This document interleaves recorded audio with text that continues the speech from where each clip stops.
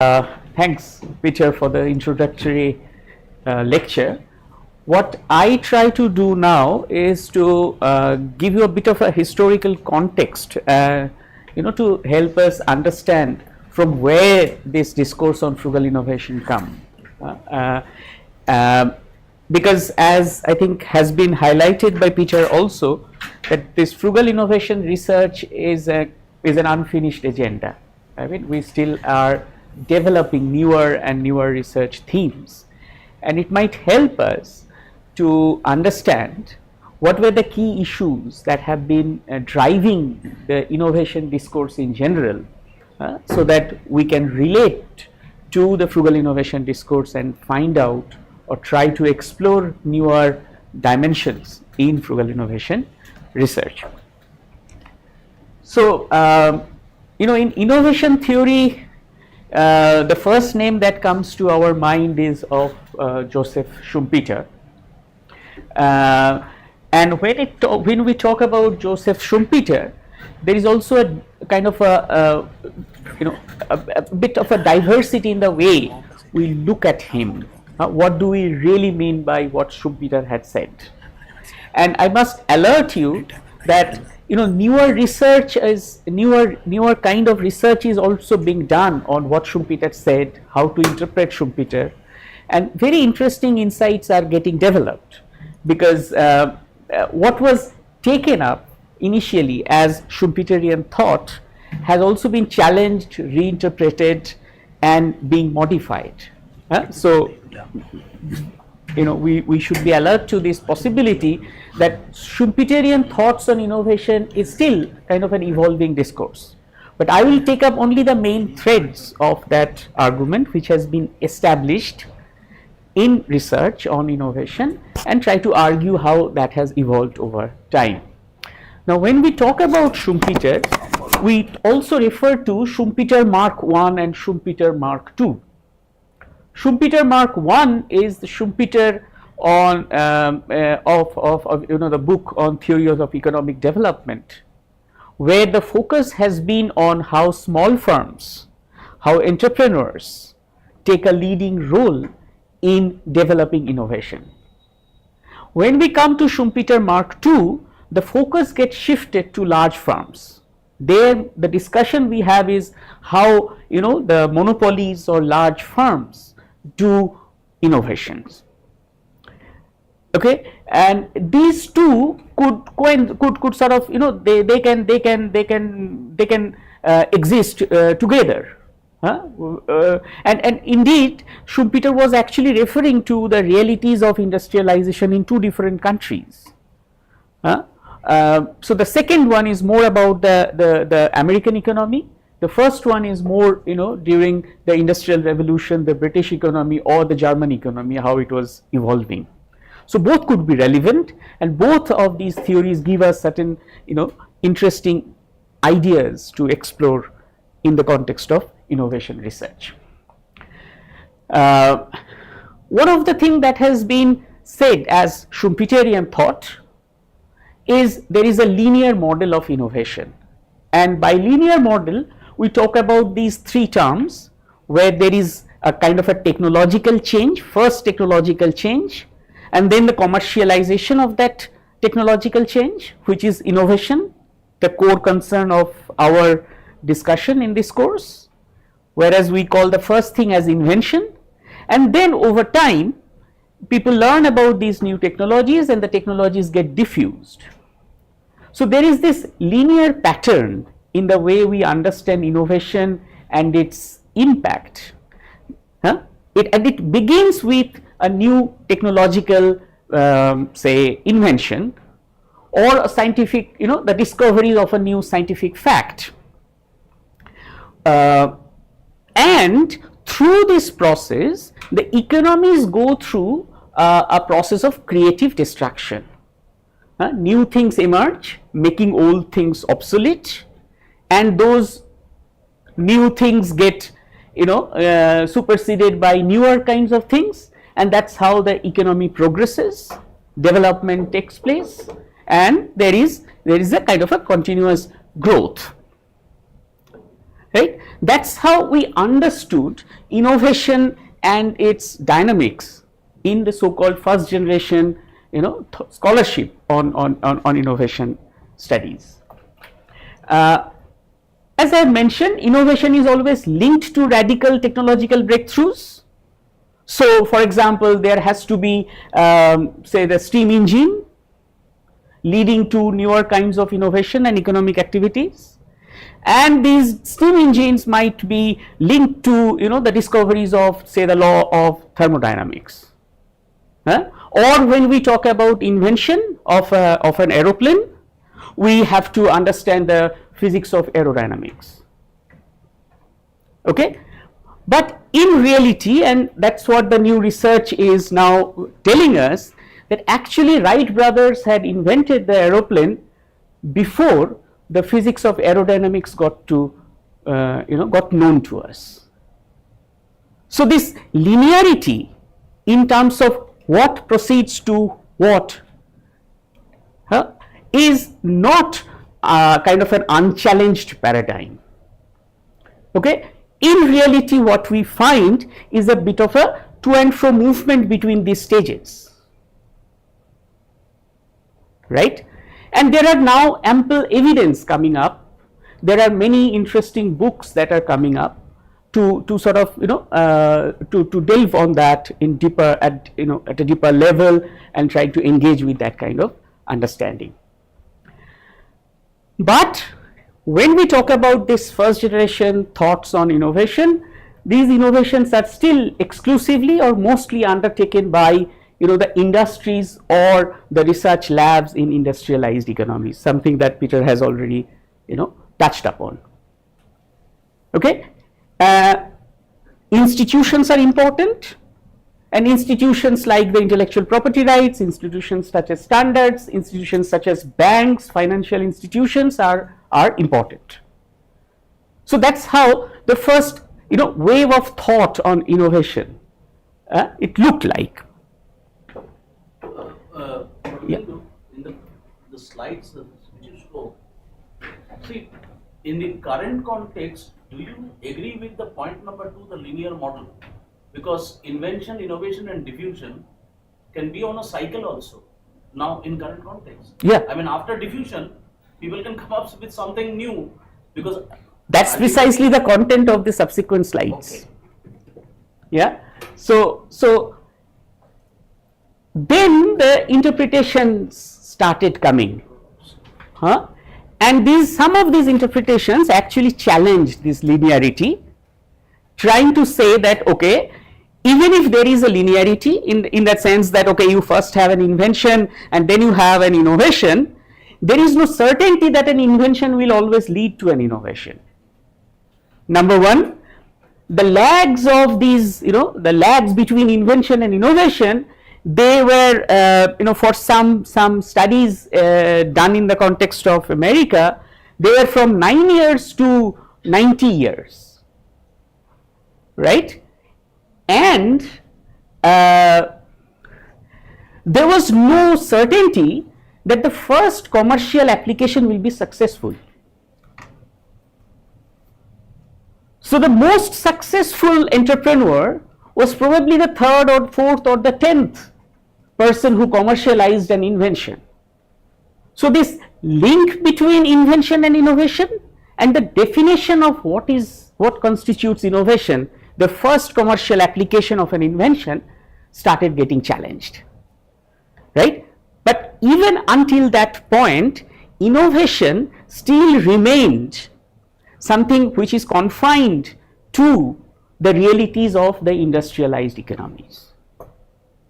This was still not the time when we started talking about how innovations look like in a developing country context, for example. The developing countries were seen as recipient of an innovation at a later phase. So more like the diffusion phase, when an innovation is more standardized and you are looking for production bases which can produce a technology at a cheaper cost. Then these technologies would get transferred to a less developed country, and the new wave of innovation will start again in an industrialized country, and so on. That's how the cycle would continue. And by Nathan Rosenberg's own admission, this was the reason which prevented the economists for about a decade or two to understand the real cause behind the growth of the Japanese automobile industry. For a long time, they thought it's just because we need cheap labor cost, we need cheap labor, we need cheap productions, and that is being done by Japan. And he then, along with a colleague of his, he wrote a paper in 1988, and the title of the paper was "Why Americans Are Such Poor Imitators." And I personally find that paper is a kind of a landmark in innovation theory, which turned the table on its head, trying to argue that it is not only innovation that has to be celebrated, but imitation too needs to be understood more carefully. And that gave rise to not only, of course, him, but there were other scholars. And this decade of 1980s and the 90s were the decades where these ideas of innovation, imitation, and diffusions were, subjected to further scrutiny. And this is the time when we tried to get new insights into how, for example, minor or incremental innovations can give economic benefits, how they are important. So it's not only about radical innovations, but something which we earlier thought as part of imitation, how that has its own complexity and that gives rise to economic benefits in the process of economic development. So in this, for the discussion here, I have framed it as kind of a debate around appropriate technology. But of course, they have had their own differences.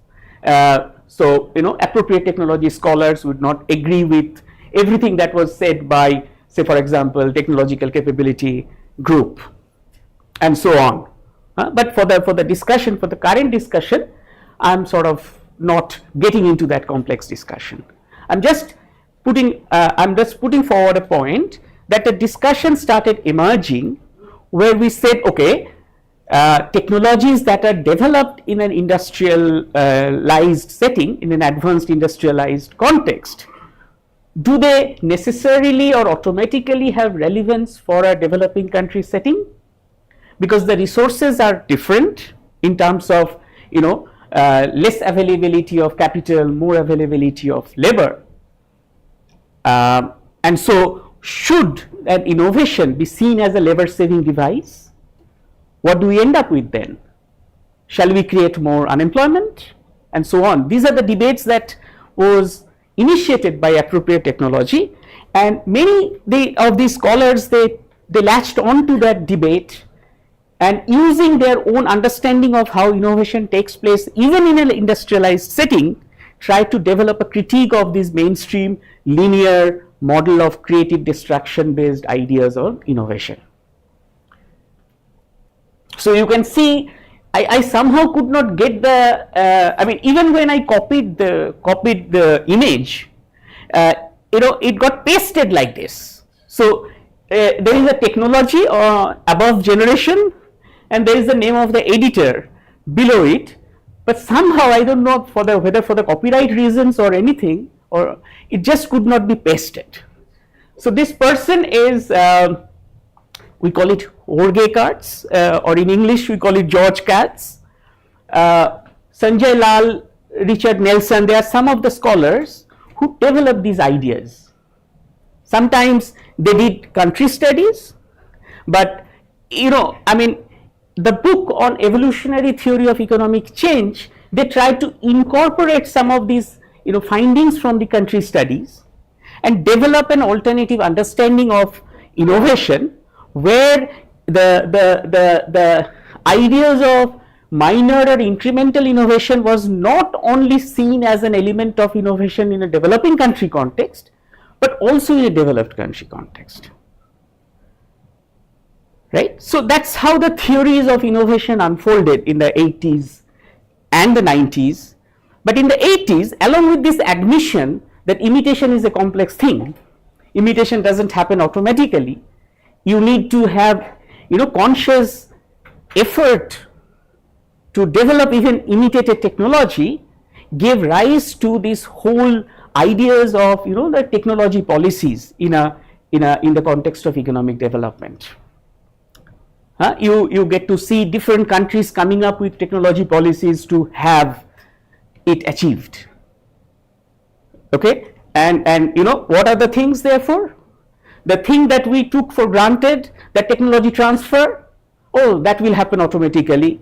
If I get a technology from abroad, I can use it without any further training, any further learning, any further intervention, which was found to be untrue. Right? So the discourses on technology transfer started getting more nuanced. What should be the mode of technology transfer? Should it be like a one-time purchase of products that we do when we go and buy water? Or we need to have a more elaborate arrangement to see to it that the technology that is transferred works in a different environment with different set of people with technological understanding and knowledge, etc., etc. And of course, there was a more clear and explicit thrust on achieving technological self-reliance. But I must also mention that different countries meant very different things by technological self-reliance. Some countries followed a model of complete autarky, where they thought we should have no interaction with anyone. Other countries developed it in a more collaborative manner. And so, the trajectories differed.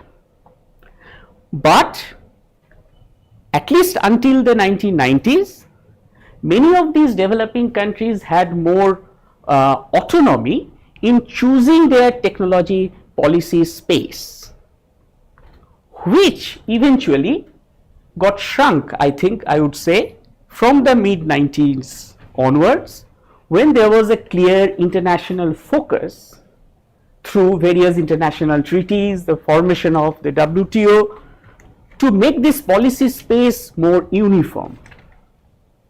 And one of the major implications of this, as we have studied in economics of technological change, is harmonization of intellectual property rights. And this had some, I would say, significant implications for the way countries conducted their technological learning process.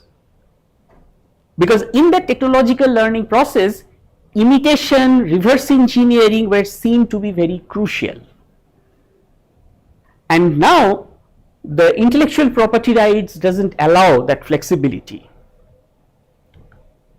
Right? So, this flexibility was the reason behind technological growth of many countries in many points in history. For example, German synthetic dye industry, as early as during the turn of the 19th century, 1905. Japanese automobile industry in 1950s, Indian pharmaceutical industry 1980s, Korean semiconductor industry 1990s. They all took advantage of this flexibility to learn, to upgrade, and to make innovations different from what the other countries were offering at that time. And that flexibility was taken away by the policy architecture of the 1990s. And this had its impact on India too. So in the late 1990s, the policy that government came up with, for example, was to reduce the funding for the CSIR labs by 30%, saying that this 30% you will have to generate through collaborative research with the industry.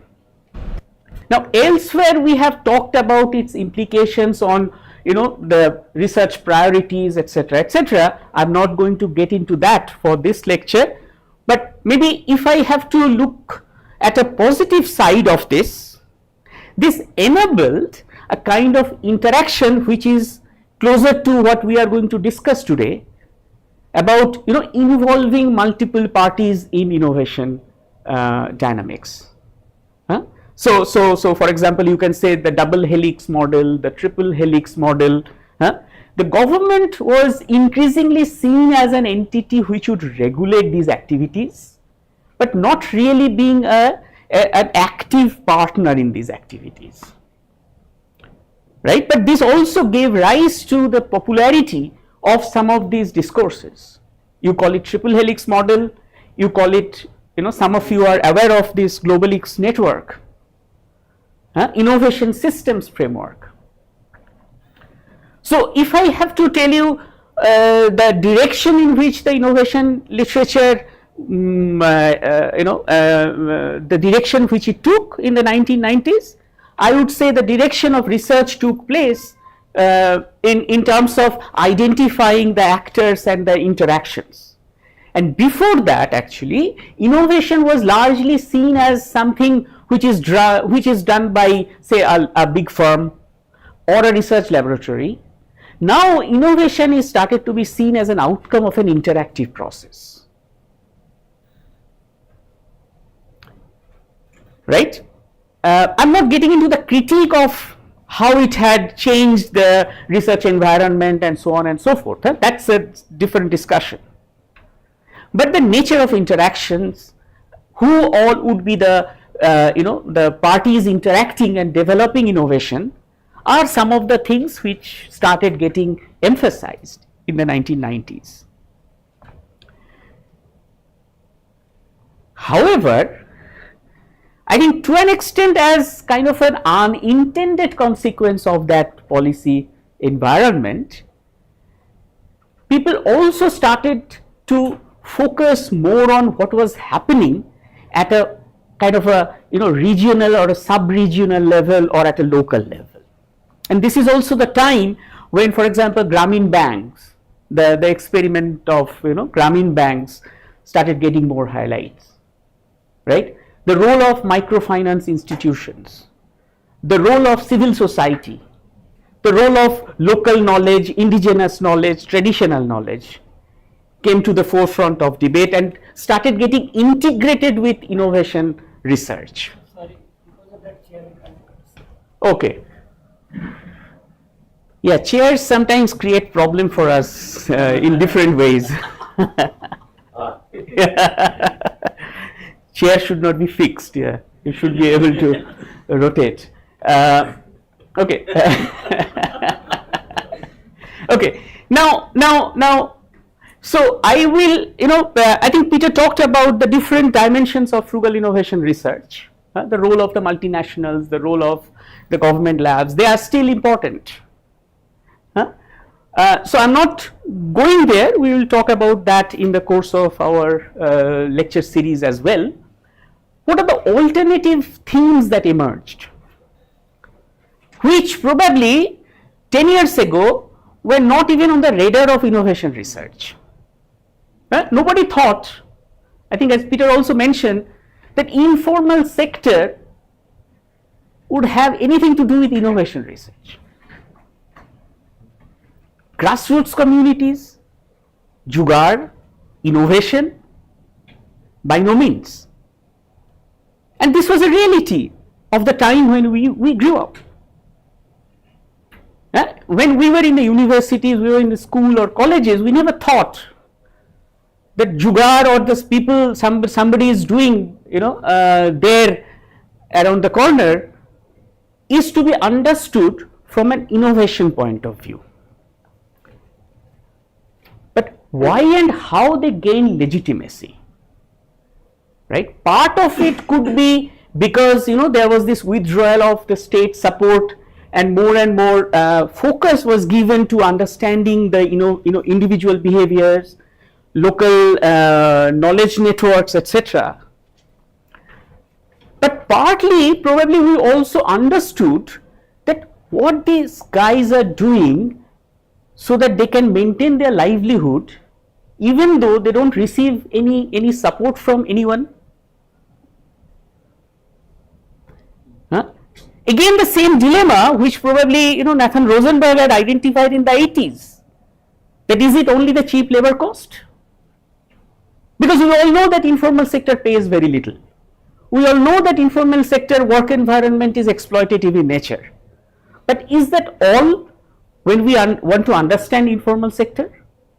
When we want to understand the informal economy? Is that all that is giving rise to their competitiveness? Is that all that is the reason why they can compete with a large firm?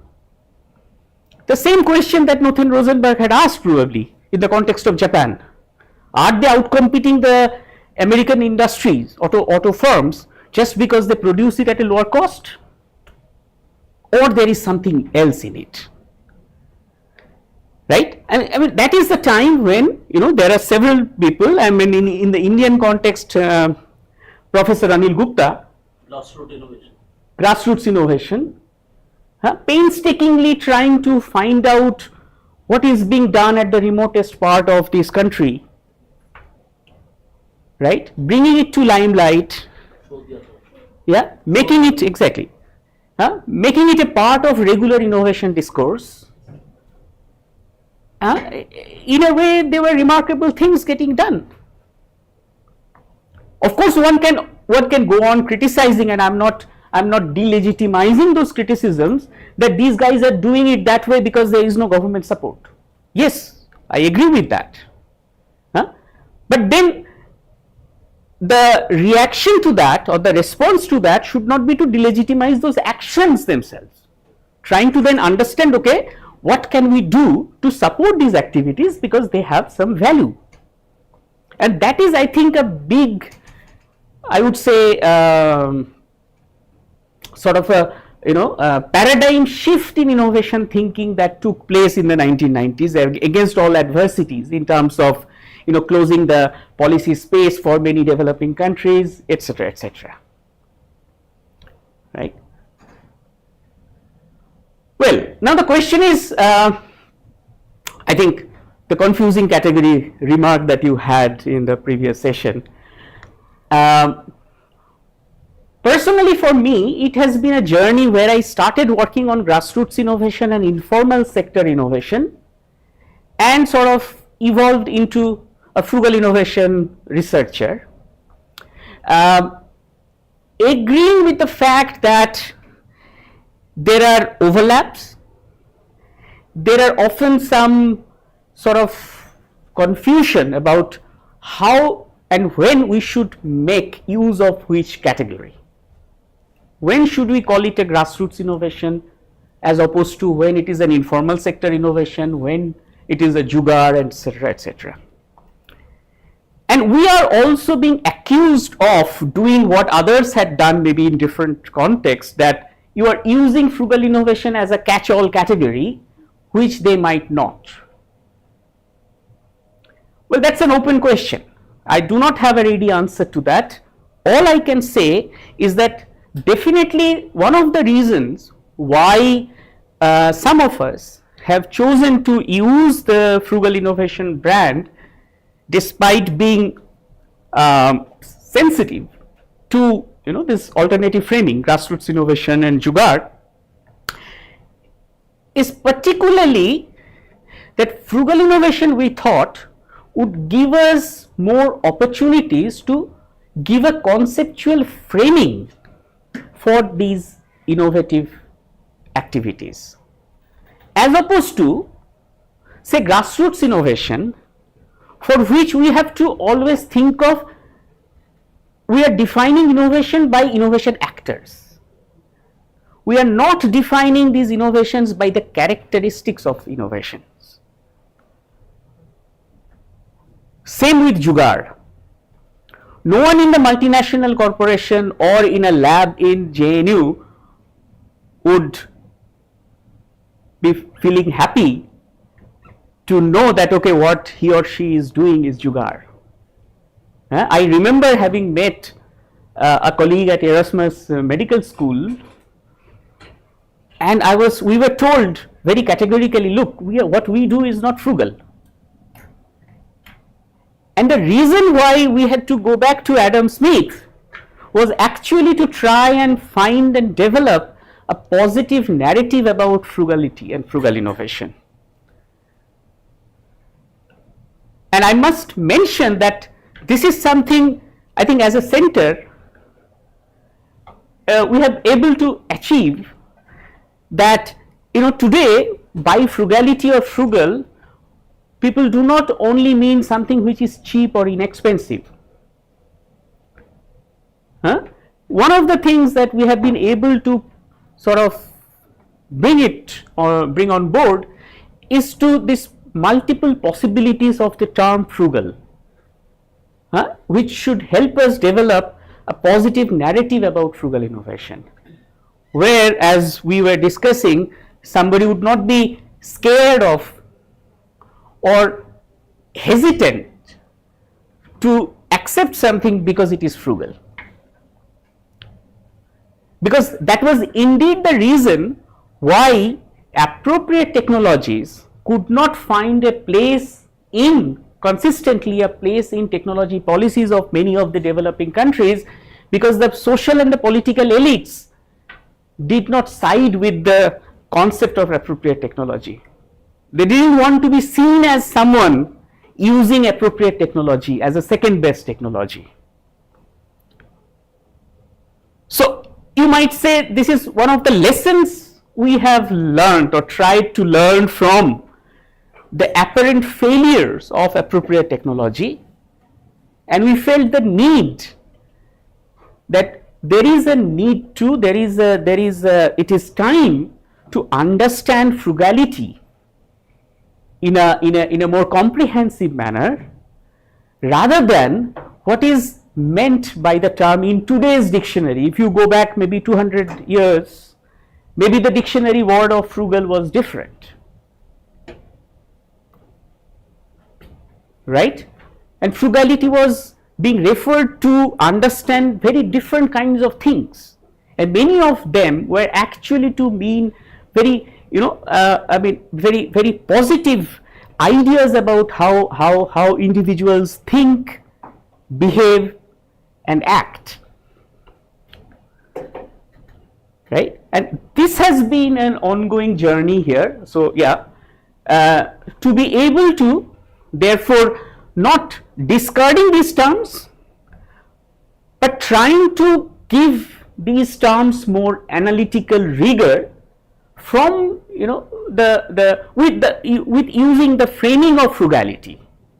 Yes, they can be done in different other ways maybe, but what we strongly believe that frugality helps us also give this mooding or this framing of the different kinds of innovation activities that are going on, not so formal, not so well recognized, but very effective and useful, right?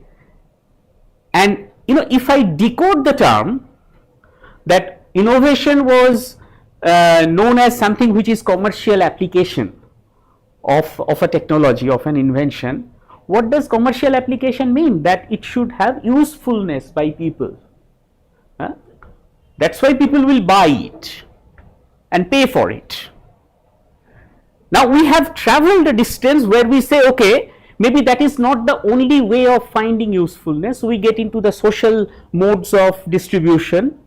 We get into other modes of exchange than only that can be done through price or patents. But we are still talking about finding usefulness or being effective, right? So that way, frugal innovation, I think, broadens the scope of what do we mean by usefulness and effectiveness, going beyond what finds profit in the market,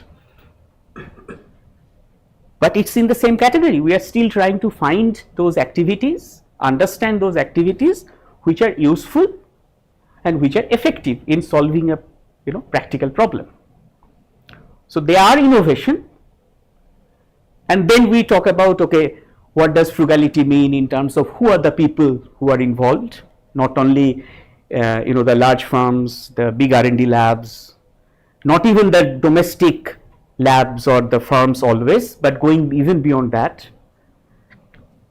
to understand that individual actions, who is using a fan to increase production, and so on, and people like him or her.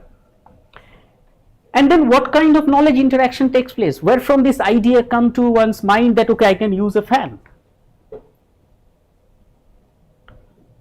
Okay, and one of the things which is my favorite, maybe I will come back to this, is a poem by Rabindranath Tagore on invention of shoes, where when someone develops a shoe, the people in the power, they would say, yeah, this is exactly what I had in mind. How could this person get to know this? So, knowledge has this peculiarity. Once it is solved, we all think that it is so easy. Yeah? But we still spend hours and hours to solve mathematics, the equations or other problems. So yeah, that's where we stand, and I think that gets now connected to this context and the landscape that Peter had discussed in the first lecture. And thank you so much.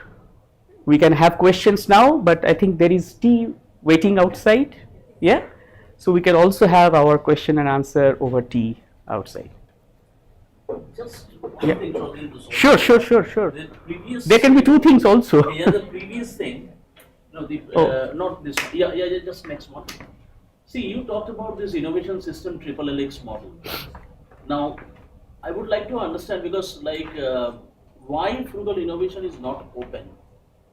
Because as far as the Henry Chesbrow's model on triple helix, where he talked about the open innovation, which is that funnel method, where all the ideas comes and from where the industry people, they takes out the best out of it and produces in a mass scale for the benefit of the society. So can it be an open frugal innovation model? Can that be? Is there any way? What do you mean by open? Open means, see, basically the thing is that Interactions. Yeah? Interactions. Yeah. So you see, open innovation I have not referred to it partly because of maybe my personal prejudice, because I don't think open innovation is enough open. And I had one of these question and answer with Chesbrough on one of the Global X conference, and that had remained in me. So probably that's the reason. But open innovation is a nomenclature that is not antagonistic to the framing of quadruple, triple, helix, etc., etc. Whether it can be open, the question is not very simple to answer.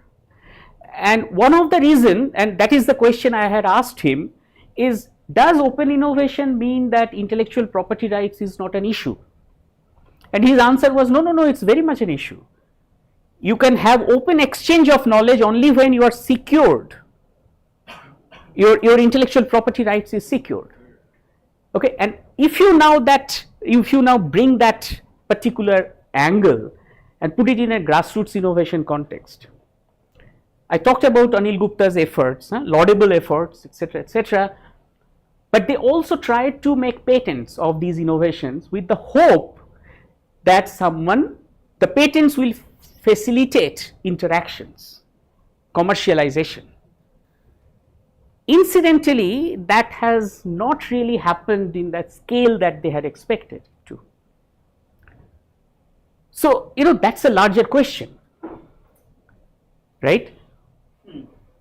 But I would also like to ask whether it should be the only question that we should be concerned with about its large scale commercialization of a grassroots innovation. That is one of the many relevant questions, yes, but maybe there are other questions, but maybe also this particular problem gives us more insights about how the scale of a technology is achieved. What are the political economic force that is important to achieve scale? it's not a neutral concept maybe as we often understand.